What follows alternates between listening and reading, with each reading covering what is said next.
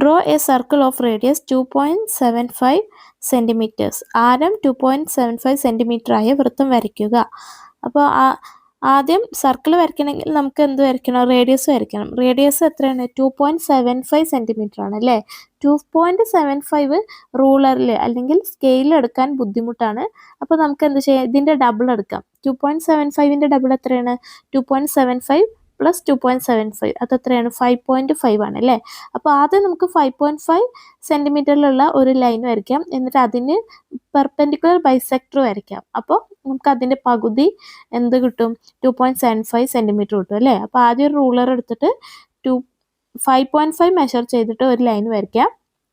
ഇനി ഇതിനൊരു perpendicular bisector വരയ്ക്കാം. അതിന് വേണ്ടിയിട്ട് ഇഷ്ടമുള്ള ഒരു കോമ്പസ് ലെങ്ത് എടുത്തിട്ട് കോമ്പസിൻ്റെ നീഡിൽ ഈ ലൈനിൻ്റെ ഒരു എൻഡിൽ വെച്ചിട്ട് മേലെ ഒരു ആർക്ക് വരയ്ക്കുക, താഴെ ഒരു ആർക്ക് വരയ്ക്കുക.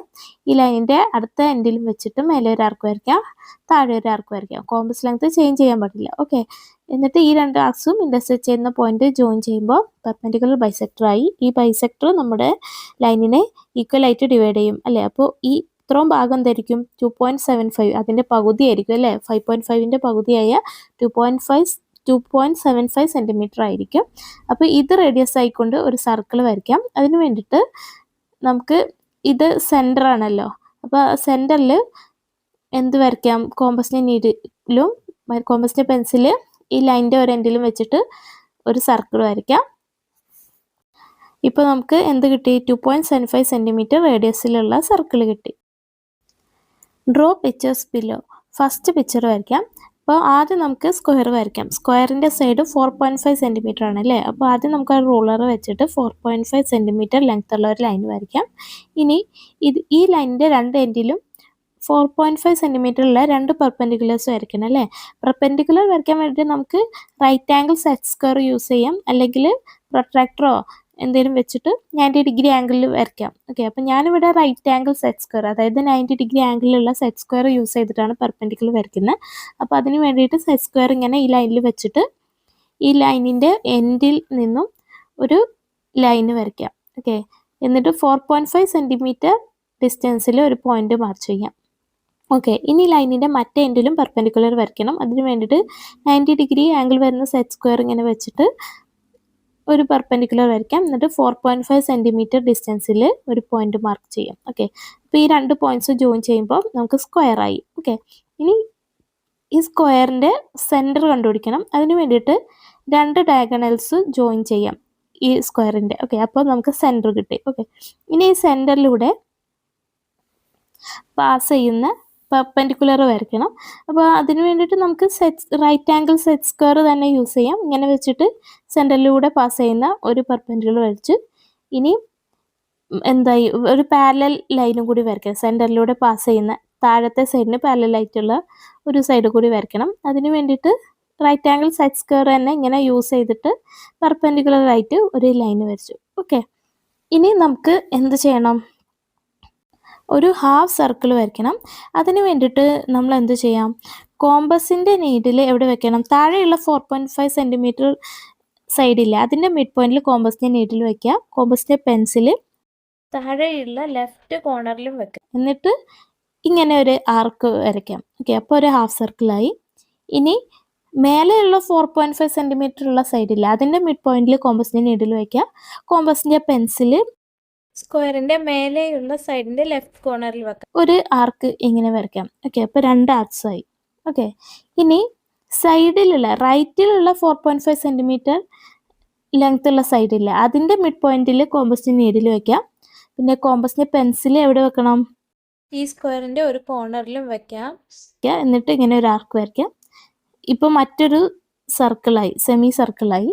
ഇനി ലെഫ്റ്റിലുള്ള 4.5 സെൻറ്റിമീറ്റർ ലെങ്ത് ഉള്ള സൈഡില്ല, അതിൻ്റെ മിഡ് പോയിന്റിൽ കോമ്പസിൻ്റെ നീഡിൽ വയ്ക്കുക. കോമ്പസിൻ്റെ പെൻസിൽ സ്ക്വയറിൻ്റെ താഴെയുള്ള സൈഡിൻ്റെ ഒരു കോർണറിലും വെച്ചിട്ട് ഇങ്ങനെ ഒരു ആർക്ക് വരയ്ക്കാം. ഓക്കെ. അപ്പോൾ എന്തായി?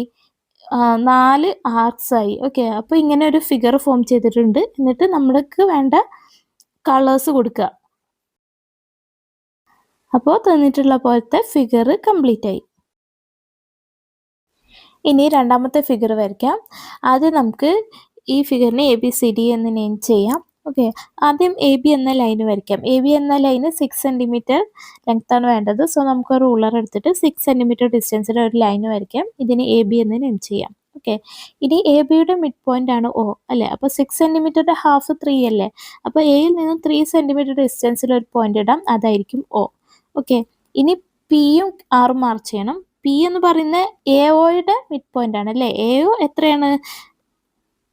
3 സെൻറ്റിമീറ്റർ ആണ്. അപ്പോൾ അതിൻ്റെ ഹാഫ് എത്രയാണ്? 1.5 ആയിരിക്കും അല്ലേ. അപ്പോൾ എ പി എത്രയായിരിക്കും? 1.5 ആണ് വേണ്ടത്. സോ നമുക്ക് എയിൽ നിന്നും 1.5 ഡിസ്റ്റൻസിൽ ഒരു പോയിന്റ് മാർക്ക് ചെയ്യാം, അതാണ് പി.